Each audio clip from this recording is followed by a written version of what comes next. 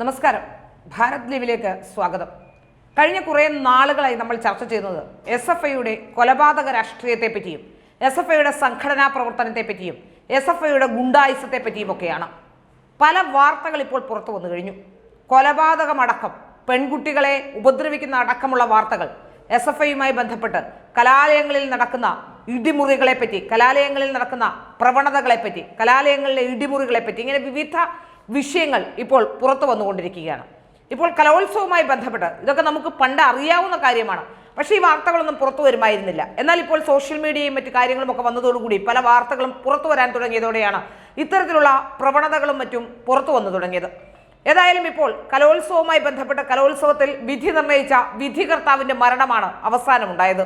അതിലും പ്രതിസ്ഥാനത്ത് ഇപ്പോൾ നിൽക്കുന്നത്, ആരോപണ വിധേയരായി നിൽക്കുന്നത് ഇപ്പോൾ SFI തന്നെയാണ്. കേരള സർവകലാശാല യുവജനോത്സവത്തിൽ കോഴ ആരോപണം നേരിട്ട വിധികർത്താവിന്റെ മരണത്തിന് SFI നേതൃത്വം മറുപടി പറയേണ്ടി വരുമെന്നുള്ള കാര്യത്തിൽ സംശയമില്ല. കണ്ണൂർ സൗത്ത് റെയിൽവേ സ്റ്റേഷന് സമീപം സദാനന്ദാലയത്തിൽ ഷാജി പൂത്തട്ടയാണ് കിടപ്പുമുറിയിൽ മരിച്ച നിലയിൽ കണ്ടെത്തിയത്. ആത്മഹത്യാക്കുറിപ്പും കണ്ടെടുത്തിരുന്നു.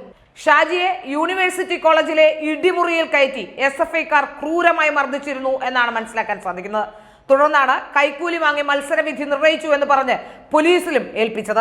അറസ്റ്റ് ചെയ്യപ്പെട്ട ഷാജി ഉൾപ്പെടെ 3 പേരെ ജാമ്യത്തിൽ വിട്ടെങ്കിലും മൊഴിയെടുക്കാൻ തിരുവനന്തപുരം കന്റോൺമെന്റ് പോലീസ് സ്റ്റേഷനിലേക്ക് വിളിപ്പിച്ചിരുന്നു. അതിനിടയിലാണ് ഷാജിയുടെ മരണം സംഭവിക്കുന്നത്. താൻ നിരപരാധിയാണെന്നും ഇതുവരെയും പൈസ വാങ്ങിയിട്ടില്ലെന്നും അർഹതപ്പെട്ടതിന് മാത്രമാണ് കൊടുത്തതെന്നും തെറ്റ് ചെയ്തിട്ടില്ലെന്നും അമ്മയ്ക്ക് ഇതെല്ലാം അറിയാമെന്നും ആത്മഹത്യാക്കുറിപ്പിൽ ഷാജി എഴുതി വെച്ചിട്ടുണ്ട്. ഇതിനു പിന്നിൽ കളിച്ചവരെയെല്ലാം ദൈവം രക്ഷിക്കട്ടെ എന്നും കുറിപ്പിൽ പറയുന്നുണ്ട്. മാർഗംകളി മത്സരവുമായി ബന്ധപ്പെട്ടാണ് കോഴ വിവാദം ഉയർന്നത്. മാർ ഇവാനിയോസ് കോളേജിനായിരുന്നു ഒന്നാം സമ്മാനം. KSU ഭരിക്കുന്ന കോളേജിന് സമ്മാനം നൽകിയതിൽ SFI ചോദിച്ചതാണ് പ്രശ്നത്തിന് തുടക്കം. വിധി നിർണയത്തിനെതിരെ യൂണിവേഴ്സിറ്റി കോളേജ് അപ്പീലും പരാതിയും നൽകി കഴിഞ്ഞു. തുടർന്ന് സംഘാടക സമിതി അംഗങ്ങളായ SFI നേതാക്കൾ വിധികർത്താക്കളെ യൂണിവേഴ്സിറ്റി കോളേജിലെ ഇടിമുറിയിലേക്ക് കൊണ്ടുപോയി മർദ്ദിച്ച് അവശരാക്കിയ ശേഷം പോലീസിനെ ഏൽപ്പിക്കുകയായിരുന്നു. യൂണിവേഴ്സിറ്റി ആസ്ഥാനത്തിന് സമീപത്തെ വേദിയിലും പോലീസ് സ്റ്റേഷനിലും ഷാജി ഭയപ്പെട്ടാണ് നിന്നിരുന്നതെന്ന വിവരവും പുറത്തുവരുന്നു. നിരപരാധികളായ തങ്ങളെ കേസിൽ കുടുക്കിയതാണെന്ന് അറസ്റ്റിലായവർ പറയുകയും ചെയ്തു. മത്സരഫലം അനുകൂലമാക്കി കൊടുക്കണമെന്ന് ആവശ്യപ്പെട്ട SFI നേതാക്കൾ ഫോണിലൂടെ ബന്ധപ്പെടുകയും ചെയ്തിരുന്നുവെന്നും വ്യക്തമാണ്. യൂണിവേഴ്സിറ്റി കോളേജ് ടീമിന് കൊടുക്കണമെന്നാണ് അവർ പറഞ്ഞത്. പക്ഷേ ഷാജി വഴങ്ങിയില്ല.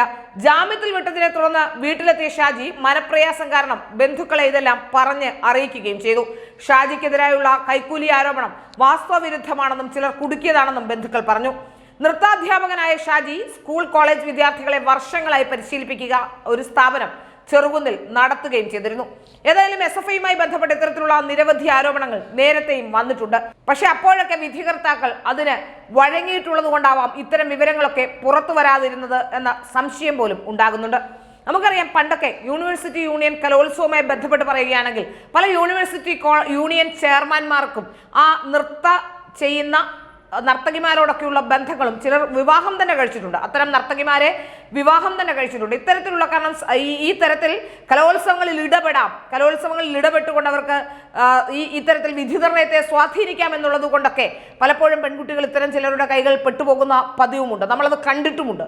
പലപ്പോഴും അത്തരത്തിലുള്ള ആരോപണങ്ങൾ പല ഘട്ടത്തിലും പല മാതാപിതാക്കളടക്കം ഉന്നയിച്ചിട്ടുമുണ്ട്. ഏതായാലും പുറത്തു വരുന്ന വിവരങ്ങൾ അത്ര ആശ്വാസ്യമല്ല.